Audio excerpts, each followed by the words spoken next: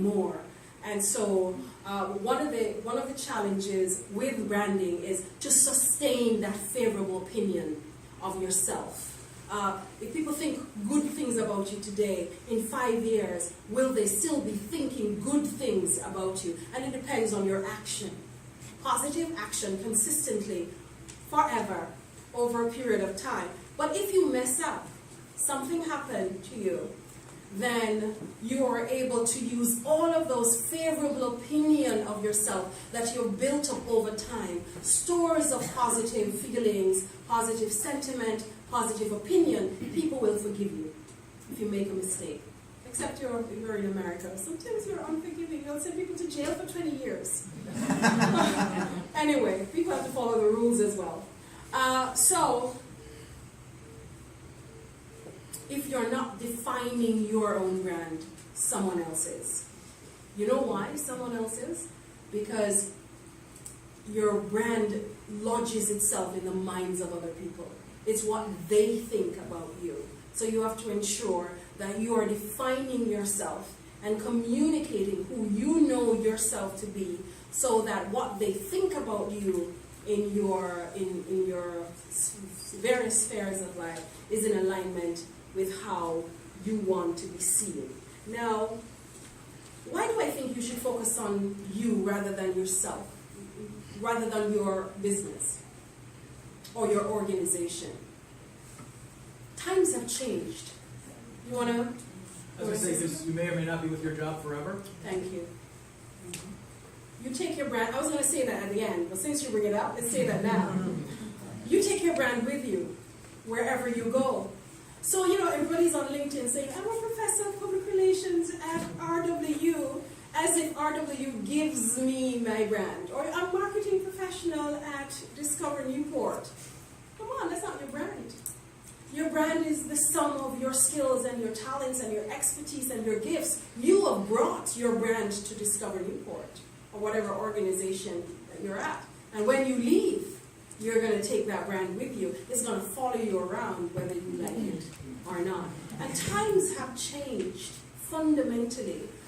So with the proliferation of the internet, particularly social media, where they're forcing us to focus on the self, everybody's online. There's a virtual world that if you're not on it, people think you're a freak. Why are you not on Facebook? It's crazy. But at the same time, work has changed as well. And so working professionals have to find new ways to demonstrate their value. It's a fiercely competitive job market. You can have your job today and you don't have it tomorrow. There are lots of companies that are, especially over the last few years in America, going through redundancy exercises where you lose your jobs.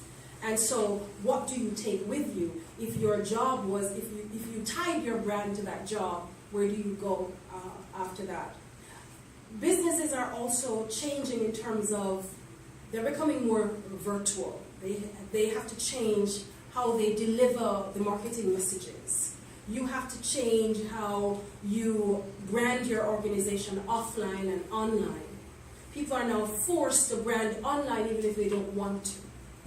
And so because business and industry has to change because of the circumstances of the digital age, then you have to shift with it. And then the audience has changed as well. We are receiving information in new ways. We don't even read anything these days. We scroll through our phones and we glance at the headline.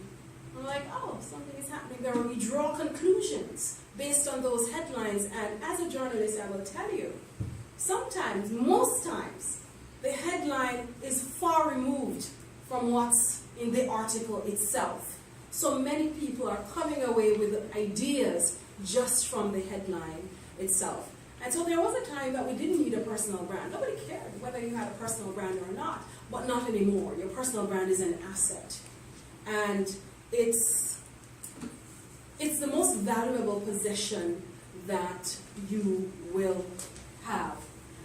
And one of the things that I saw recently, which is very, very interesting, which should give you a sense of why even as a marketing professional or sales professional inside of an organization, or even if you own your own business, that you need to focus on yourself, is companies get 561% more reach when employees, not the companies, share the brand message.